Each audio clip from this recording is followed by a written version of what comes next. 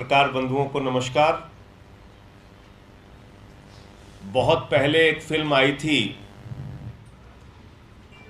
राम तेरी गंगा मैली, और उस फिल्म में गाना था कि राम तेरी गंगा मैली हो गई पापियों के पाप धोते धोते। और आज वही गाना भारत के प्रधानमंत्री आदरणीय नरेंद्र मोदी जी के ऊपर बिल्कुल फिट बैठता है कि मोदी तेरी भाजपा मैली हो गई पापियों के पाप धोते धोते। 2014 से जब से आदरणीय नरेंद्र मोदी जी भारत के प्रधानमंत्री बने हैं, इतना पाप धुला, इतना पाप धुला, इतने गुनाह धुले, इतने अत्याचार धुले कि ये लाइन उनके ऊपर बिल्कुल ठीक बैठती है, मोदी तेरी भाजपा मैली हो गई पापियों के पाप धोते धोते। और किस चीज से पाप धो रहे हैं? ऋण वाले भी परेशान हैं, टाइड वाले भी परेशान हैं, और घड़ी वॉशिंग पाउडर जो है उसका प्रचार भी चुरा लिया मोदी जी ने। घड़ी का प्रचार क्या है? पहले इस्तेमाल करो फिर विश्वास करो। मोदी जी भी यही कह रहे हैं कि पहले इस्तेमाल करो फिर विश्वास करो, और ये वॉशिंग पाउडर है मोदी वॉशिंग पाउडर। और कितने शानदार तरीके से वो मोदी वॉशिंग पाउडर काम कर रहा है, एक एक करके आपको बताऊंगा। एक आसाम में वाटर घोटाला खुला था, और उस वाटर घोटाले की किसी और पार्टी ने नहीं, याद रखिएगा मेरी बात को, भारतीय जनता पार्टी ने वाटर घोटाले की बुकलेट जारी की थी, बाकायदा प्रेस कॉन्फ्रेंस किया था और कहा था हेमंत बिस्व शर्मा सबसे बड़ा धरती का भ्रष्टाचारी है, और आसाम में उसने वाटर घोटाला किया। यह मैंने नहीं कहा, बीजेपी वालों ने कहा। और उसी हेमंत बिस्व शर्मा को, जिसके ऊपर ईडी और सीबीआई की जांच चल रही थी, उसको आसाम का मुख्यमंत्री बना दिया। दूसरा नाम आता है शुभेंदु अधिकारी का। 2017 में इसके ऊपर ईडी सीबीआई की जांच शुरू हुई, और इसको शारदा नारदा स्कैम में घोटालेबाज बताया। किसने? बीजेपी वालों ने, कोई दूसरी पार्टी वालों ने नहीं, बीजेपी वालों ने। और इसको अपनी पार्टी में शामिल कर लिया 2020 के अंदर, और इसको लीडर ऑफ अपोजिशन बंगाल के अंदर बना दिया। तीसरा नाम आता है येदुरप्पा का। येदुरप्पा के ऊपर हजारों करोड़ का माइनिंग घोटाला, रेड्डी ब्रदर्स पे घोटाला, और उस व्यक्ति को कर्नाटक का मुख्यमंत्री बना दिया। चौथा नाम आता है शिवराज सिंह का। उनके ऊपर व्यापम का घोटाला, बच्चों की नौकरी में घपलेबाजी करने का घोटाला, और उनको मध्य प्रदेश का मुख्यमंत्री बना दिया। पांचवा नाम आता है मुकुल राय का। नारदा स्कैम, शारदा स्कैम में इनके ऊपर ईडी सीबीआई की जांच चलती है, भारतीय जनता पार्टी में आते हैं, मोदी वॉशिंग पाउडर से धुले जाते हैं, और सारी जांच खत्म हो जाती है। छठवां नाम आता है नारायण राणे का, जिनके ऊपर लैंड स्कैम का आरोप लगता है, जमीन घोटाले का आरोप लगता है। और याद रखिएगा, मैं कोई घोटाला अपनी तरफ से नहीं बोल रहा हूं, भारतीय जनता पार्टी ने सारे घोटाले लगाए, और ईडी की जांच चली, और इनकी पार्टी में आ गया, बीजेपी में शामिल हो गया, तो केंद्र में मंत्री है। सातवां नाम आता है प्रेमा खांडू का। प्रेमा खांडू के ऊपर भी भ्रष्टाचार के मामले में ईडी की जांच चली, सीबीआई की जांच चली, और क्रिमिनल कॉन्स्पिरेसी, करप्शन और क्रिमिनल कॉन्स्पिरेसी की जांच चली प्रेमा खांडू पर, और पूरी की पूरी सरकार लेके भारतीय जनता पार्टी में शामिल हो गए। फिर एक नाम आता है जय पंडा का। जय पंडा के ऊपर 2019 में पीएमएलए और फेमा के तहत भ्रष्टाचार के मामले लगते हैं, ईडी की जांच चलती है और उसके बाद भारतीय जनता पार्टी में शामिल हो जाते हैं। फिर एक नाम आता है पुरुषोत्तम साबरिया, यह गुजरात के नेता है और पुरुषोत्तम साबरिया पर भारतीय जनता पार्टी ने इरिगेशन घोटाले का आरोप लगाया था, बीजेपी में चले जाते हैं। हसन मुशरिफ का तो कहना ही क्या है। अभी कुछ दिन पहले ईडी की जांच चल रही थी, ईडी के छापे पड़ रहे थे हसन मुशरिफ पे, और इनका एक नेता है बेचारा किरीट सुमैया। वो किरीट सुमैया जोर जोर से एकदम चिल्ला चिल्ला के कहता था मुशरिफ को गिरफ्तार करो, मुशरिफ को अंदर डालो, मुशरिफ ने 100 करोड़ का घोटाला किया है। उसी हसन मुशरिफ को कल कैबिनेट मंत्री की परसों शपथ दिला दी गई।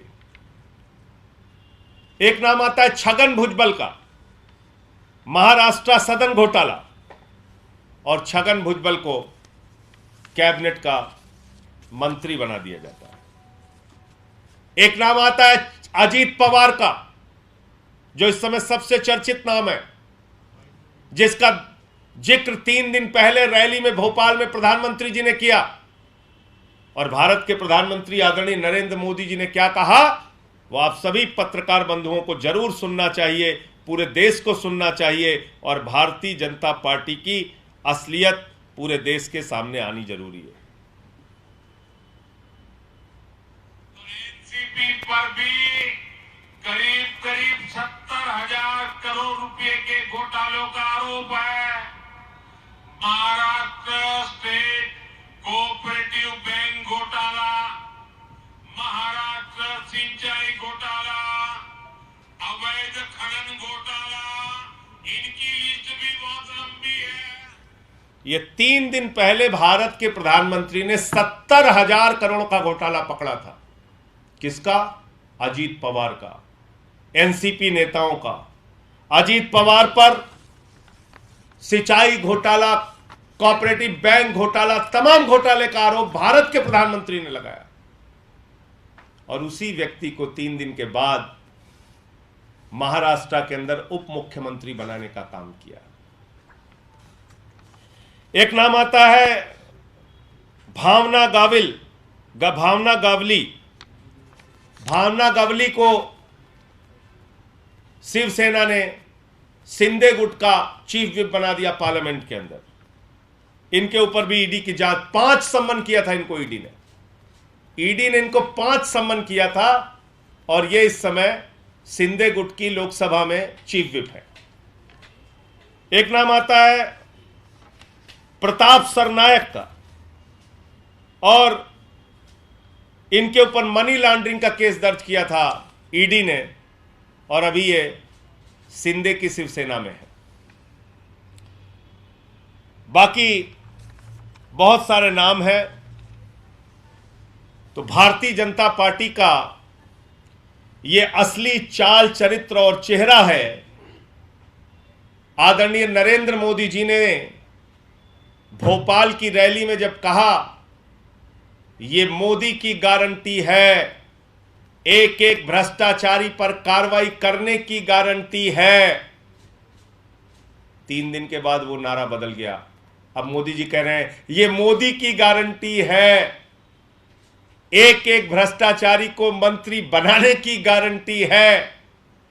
तो पूरब से लेकर पश्चिम तक, उत्तर से लेकर दक्षिण तक, 14 से लेकर 23 तक मोदी वॉशिंग पाउडर की ऐसी बिक्री हो रही है, और इतना शानदार वॉशिंग पाउडर है, इसमें हत्या करो धुल जाएगा, लूट करो धुल जाएगा, बलात्कार करो धुल जाएगा, भ्रष्टाचार करो धुल जाएगा, पूरा देश लूट लो, मोदी वॉशिंग पाउडर से उसको बिल्कुल साफ सुथरा धुल कर पाक साफ कर दिया जाएगा। लेकिन पत्रकार बंधुओं से मैं एक बात जरूर कहना चाहूंगा कि अब अगर ईडी और सीबीआई की जांच किसी के ऊपर चले तो आप मान लेना 2 भारतीय जनता पार्टी इस देश के अंदर चल रही है, एक भारतीय जनता पार्टी नरेंद्र मोदी और एक Bharatiya Janata party ED CBI गुट।